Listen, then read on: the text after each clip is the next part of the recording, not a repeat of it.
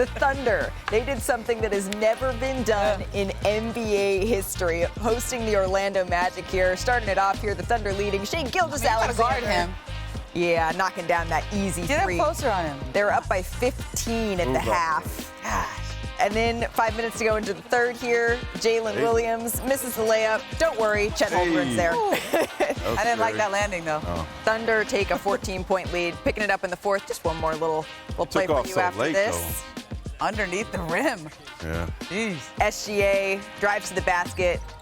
Tough little Euro step there. It's not tough for him. 21 points, 9 assists, 6 rebounds. You're right. Light work. Thunder get the win, 102-86. So we said this is history, right?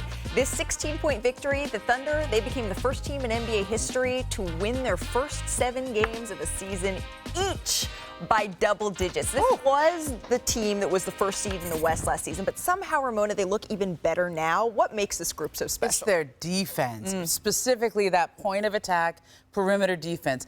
Lou Dort, Alex Caruso, Kaysen Wallace, they're first in defensive efficiency by 9 points. Okay? They're at 93 points per 100 possessions. The next best team is Golden State at 102. I mean, they lead the league in steals by a full 4 steals a game. Yeah. And it's Lou Dort and that Dortcher chamber. And I asked Chet Holmgren about that because he's that backline defender. What's it like being on the back line when you have those guys in front of you? You know, you got people start seeing ghosts out there, especially when, people are shooting the passing lanes and stealing and then pursuing and getting steals. It makes it tough on people when people start second guessing and hesitating, and then it kind of just keeps spiraling. I mean, I like the look with the sunglasses. Seeing ghosts? Seeing ghosts out there. Seeing ghosts. Yeah, Chet Holmgren, see that swag? Yeah. His game got swag, too. If you could trade for him in fantasy, trade for him. He's filling all the boxes. 17 points, almost 10 rebounds. This dude got like dang near 3 assists a game at 7-1. And he's blocking shots and steals, and I'm just so impressed with how he's continued to grow as a player. Yeah. He's going to be an all-star this year. And SGA, understandably, is a superstar of this team, but let's give this big fella some respect. But when he says seeing ghosts, that means they're doing such a good job on the perimeter that by the time they get to him, where he's got the hand up and the starts to come, right? You're already dizzy. I mean, like I said, this is a team that was at the top of the Western Conference last year. Do they have a case, though, Perk, when you're watching what they've done these first handful of games? Should we just be talking about them as the best team in the league right now? The second best team. Okay. And they passed my eye test right behind the Boston Celtics, but they're clearly the best team in the Western Conference. And look, they bark and do all that in those post-game interviews. That's because they got a bunch of dogs. And I could see when a team is gelling. I know when the team has that camaraderie on and off the floor. I could tell how they dress. It's probably a fashion competition, even when they're on the road, of who wear the best fit. But you want that, right? I've never seen a group of young guys that have old souls like they do. They are the true definition of losing yourself in the team. And if they continue to keep this up, which I believe they will, they're going to be in the NBA Finals playing against the Boston Celtics. I can feel it. 15 games last night, and we narrowed it down to the top 3 plays of the evening. It's time for our big 3. Number 3, Domantas Sabonis and the Kings facing the Heat in South Beach. The fourth quarter, Kings down 1. De'Aaron Fox misses, but don't worry, Sabonis. One of his 16 Left-handed, rebounds. too. A little putback jumper there. Bad. They needed that win bad. They get the win 111-110 thanks to that play. Hey, number 2, what about John Collins? Collins here on the pick and roll. Did you see him putting Kobe White on a poster? Hey. Oof. And the Utah Jazz get their first win of the season. Might be a foul with elbow to the chin. They got their first win. Oh, no, we're giving them the win. All right, number 1, though, Ja Morant. The high-flying, acrobatic reverse layup against Brooklyn. I miss watching him play. I'm so glad he's back. Same here, and it's plays like that. Wow. My goodness. Zach Morant. had a monster night last night, too. Yeah, doing Morant things. 5. Speaking of all 30 teams in action, we haven't heard from the reigning champs yet in the show, so let's check in with them, shall we? Jason Tatum and the Celtics in Atlanta last night facing the Hawks. We're going to pick it up in the first quarter here. Tatum dribbles to the top of the key and just walks into a 3 here. Nice little shot there from Tatum. And then later in the first quarter, Marc, he just drives inside with the layup, plus the foul, strong finish. He's getting ready for tomorrow. Yes, he is. Tatum dribbles up the floor, hits the pull-up three. All right. Now he's starting to really cook. In the second quarter, Jumper looks good, doesn't it? Tatum dribbles free from Trae Young. No hitch. Yep, hits that nice little three. Just a great job from Tatum to shake free from Young there.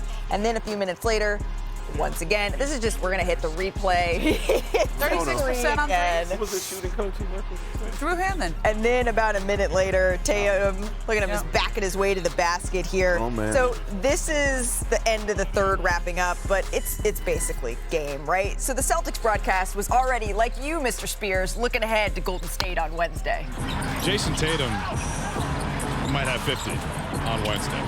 By the way, Steve Kerr has played 12 guys 10-plus minutes tonight. It's funny how you can do that. It's the game we've all been waiting for. Tatum finished with 28 points, 6 rebounds, and 9 assists. But now we get to go to Jason Tatum and the Boston Celtics taking on the Golden State Warriors. Ramona, you were texting with Tatum earlier today. What is he saying about this game? Well, he said, just another game, honestly. And you know what? I kind of believe him in the sense that he has not popped off. He has not publicly griped. You've heard other people around him question why he didn't play more in the Olympics or the way he was treated by Team USA when he had the DNP, and it wasn't really, Steve Kerr apologized for that afterwards, but he still did what he did. Now, I assume the fans in Boston do not think it is just another game, honestly. I would agree with that. I would assume the boos in Boston will be quite loud during introductions for the Golden State Warriors. And none other than Al Horford, who is usually easygoing Al Horford, flat out said, I was angry for Jason and Jalen last summer watching them. That gave me motivation going into the season. So let's talk a little bit more about this game. It's time now for Setting the Pick, brought to you by ESPN Bet, the official sportsbook of ESPN. We've had this game circled since the Summer Olympics. You reached out to Tatum, Ramona. The question is, who you got in this one, Big Perk?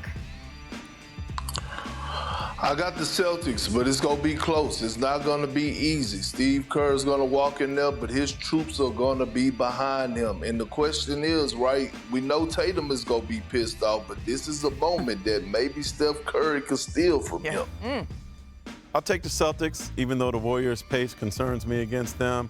Talk to Justin Tatum, Jason's dad. He's got some questions.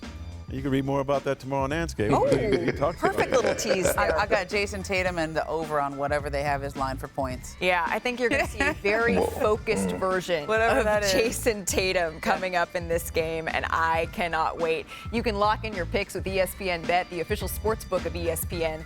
New customers can get up to $1,000 back in bonus bets if your first bet doesn't win. Download the ESPN Bet app to get started today.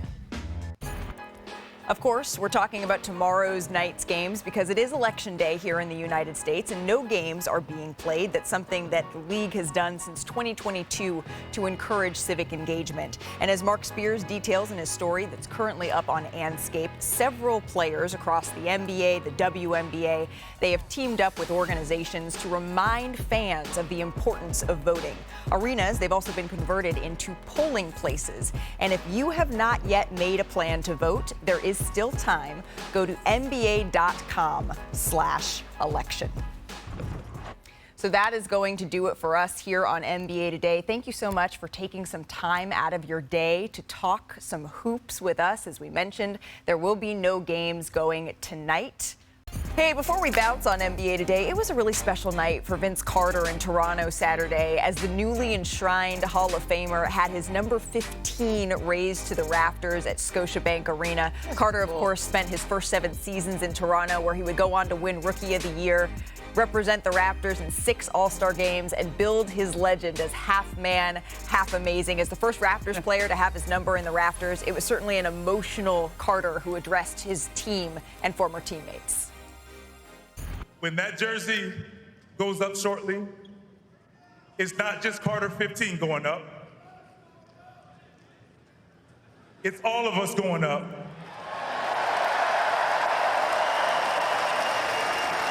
The memories, however you view it, goes up tonight.